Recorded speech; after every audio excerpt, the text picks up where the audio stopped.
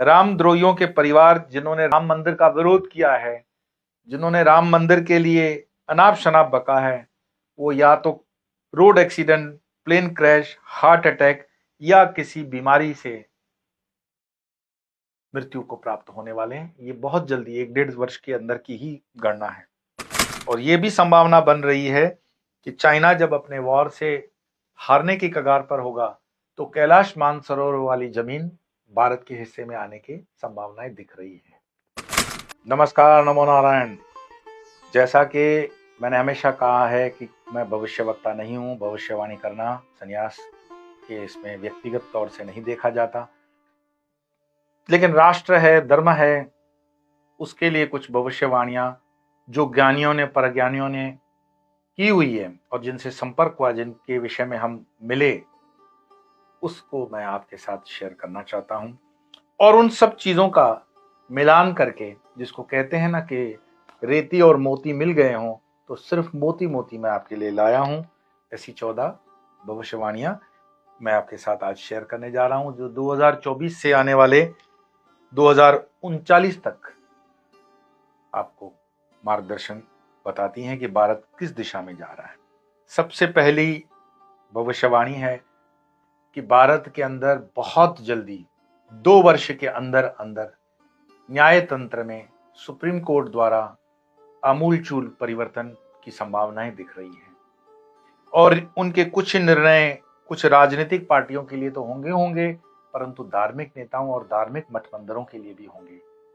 कई धार्मिक संगठन उससे थोड़े बहुत प्रभावित अपने को महसूस करेंगे और हो सकता है देश में अराजकता फैलाने का भी प्रयास करेंगे। ये न्याय तंत्र को लग करके मैंने आपको बताई है भविष्यवाणी, जो 2 वर्ष के अंदर ही हो जाएगी।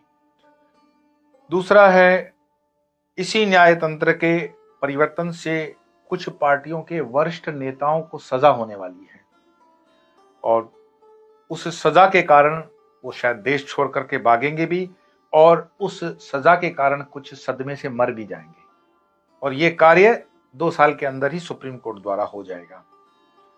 तीसरा है, न्याय तंत्र से ही लगता है 2-3 साल के अंदर काशी और मथुरा के फैसले भी जल्दी सुप्रीम कोर्ट में आने की संभावना है।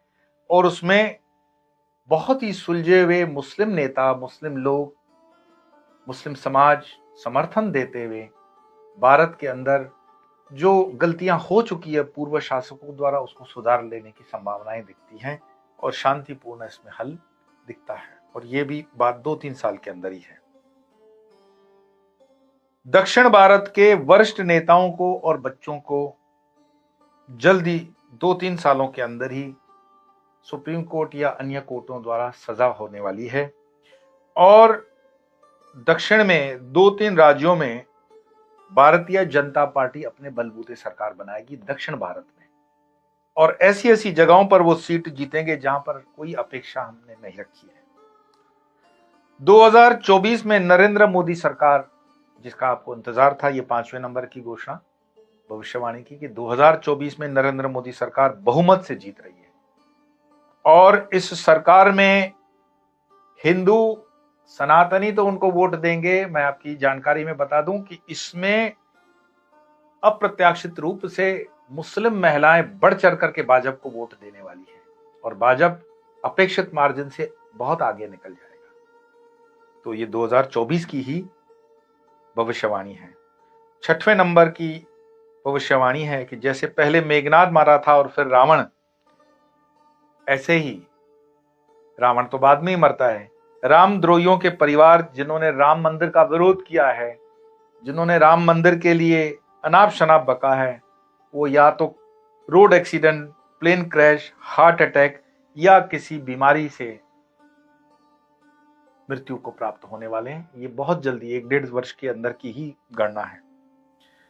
एक दूसरी है कि भारत की राजधानी लगभग दिल्ली से मध्य भारत के किसी शहर, जो संभावना उज्जैन और देवास के बीच की लग रही है, 2038 तक बनकर तैयार हो जाएगी। लेकिन यह निर्णय मोदी सरकार अपने कार्यकाल 2024 के बाद ले लेगी और ये इसी वर्ष हो जाएगा। 7वें नंबर की भविष्यवाणी है कि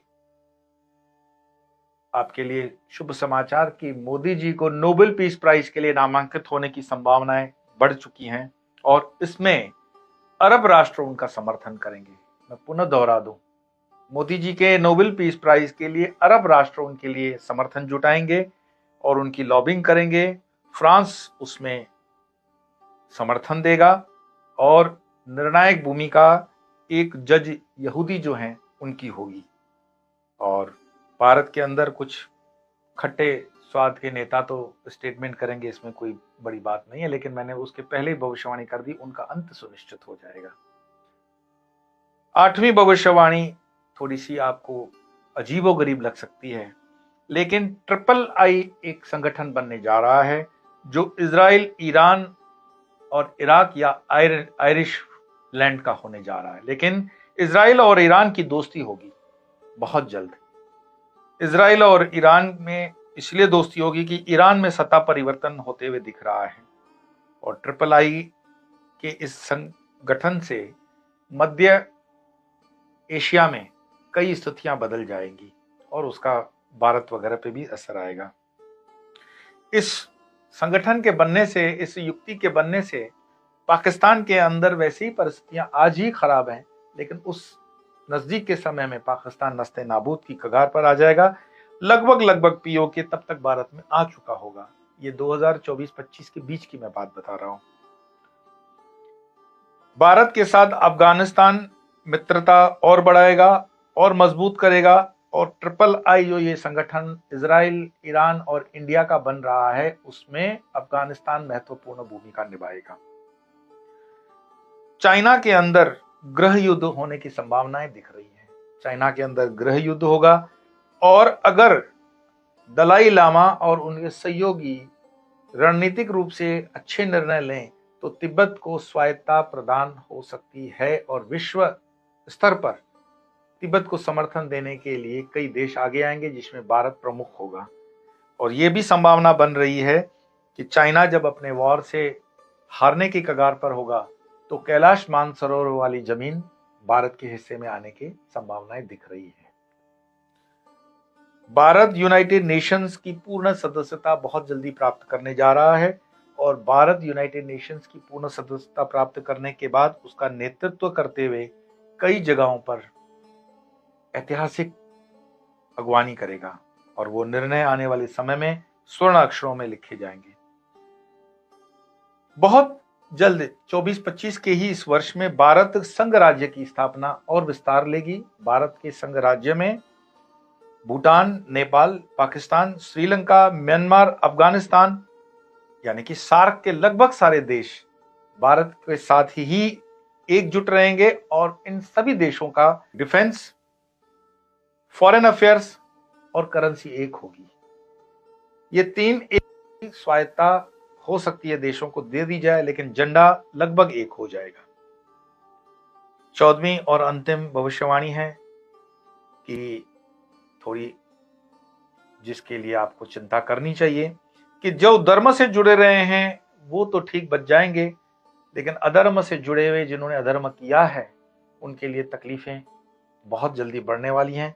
कुछ कुदरती आपदाएं आती हुई दिख रही हैं जिसमें यूरोप, अमेरिका, ऑस्ट्रेलिया विशेष प्रभावित होंगे।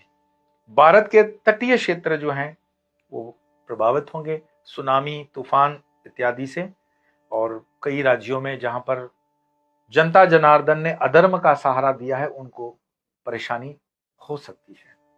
मैं हमेशा कहता हूं कि धर्म के साथ रहना, न्याय के साथ रहना, सत्य के साथ रहना, क्योंकि परमात्मा के न्याय तंत्र में अन्याय होने की कोई संभावना नहीं है। और आपको लगता है कि कहीं कोई गलती हुई है या होने जा रही है तो उसको रोकना और उसको सुधारने का प्रयास कर्म के माध्यम से आपके हाथ में है। ये भविष्यवाणियां मैं खुलकर बोल दूं, ये भविष्यवाणियां कुछ गणनाओं के ऊपर हैं और कुछ विद्वत जनों के द्वारा कही हुई मैंने उद्धृत पुनः से की है। ये भविष्यवाणियां देश काल परिस्थिति के अनुरूप कभी थोड़ी इधर उधर हो सकती हैं समय काल में, परंतु इसको कोई मिटा नहीं सकता। पिछले दिनों जब मैं दादा गुरुजी से भरूच में मिला था तो हमारे बीच जो संवाद हुआ वो 2040 तक का उन्होंने रूपरेखा बताई कि क्या क्या होने वाला है। 2040 तक इस देश में क्या क्या होने वाला है, इस दुनिया में क्या होने वाला है, इस प्लेनेट पे क्या होने वाला है, इसकी चिंता को लेकर के जिन जिन भी ज्ञानियों से, परम ज्ञानियों से, ऋषियों से मुझे संपर्क होता है वो मैं करता हूँ, और उस जानकारी को जहां आवश्यक होता है या जितना आवश्यक होता है उतना आपके साथ शेयर करता हूँ। आज इतना ही। आपको ढेर सारी शुभकामनाएं, और फिर मिलेंगे अन्य विषय को लेकर। तब तक के लिए नमो नारायण।